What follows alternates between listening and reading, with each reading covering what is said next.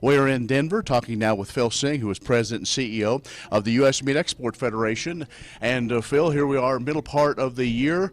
Overall, we got to be pretty pleased with the movement so far. No, I think we are. We're up about 2% as far as our value, and that's building on a $7 billion market last year as far as exports.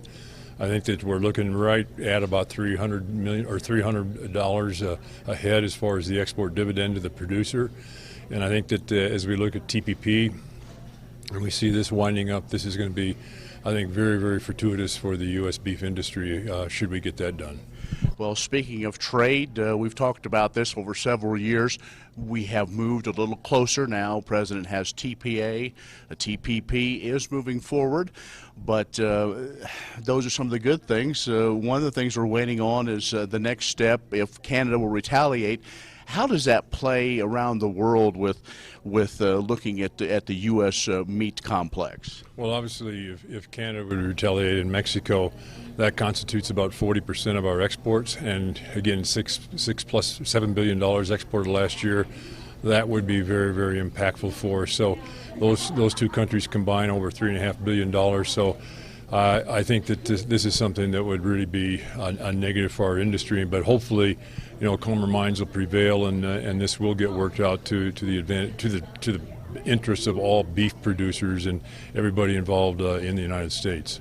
Let's talk about Asia. We always like to talk about that with you. We continue to make some headway, but maybe not as quickly as some had hoped. Well, I think Asia's been performing quite well for us, especially North Asia. Korea this year has had some challenges with MERS, which is the Middle East Respiratory Syndrome. They've lost about 30 people over there. That's abated to some degree, so for the last 10 days there hasn't been a fatality, but this really impacted the food service industry, especially in Korea, and the institutional business in Korea. I think Japan has done quite well for us. We're up in Japan both on volume and value for the first 5 months of this year. I think the big challenge that we had was crawling out from this West Coast dispute. This really jimmied things up for us as far as the product flows. A lot of people couldn't get product. They were sourcing product from other destinations. The Australians are up quite dramatically. And of course, with their EPA in Japan, they have about a 10% duty advantage over us. So this has made it quite challenging, also as their dollar has depreciated and ours has appreciated. As we listen to the news around the world, there continues to be more hot spots. Some of those were good markets for the U.S. meats.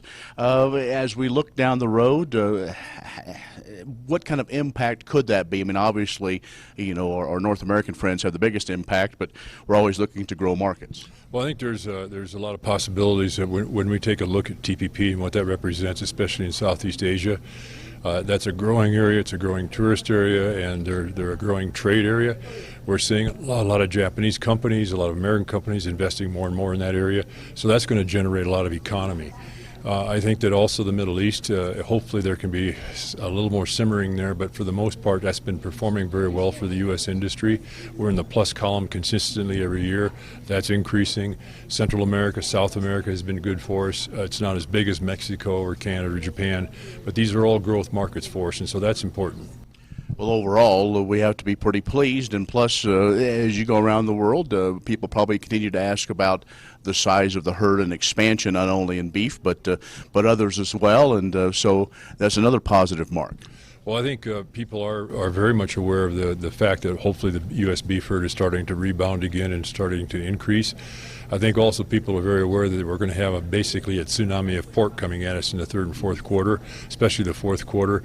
So we're trying to do what we can do to really garner and move more product offshore, both pork and beef, because I think that's going to be very important for us, especially the fourth quarter, because these other commodities and other, as we know, poultry or pork can impact also quite dramatically. So all these things are very important. That's why the export market is playing such an important role as we proceed, because the growth internationally is where the growth is coming from, and so we want to be a player there. But our competition, I can't underscore it enough, is extremely competitive. The Europeans have appropriated over $300 million to help promote their agricultural exports alone.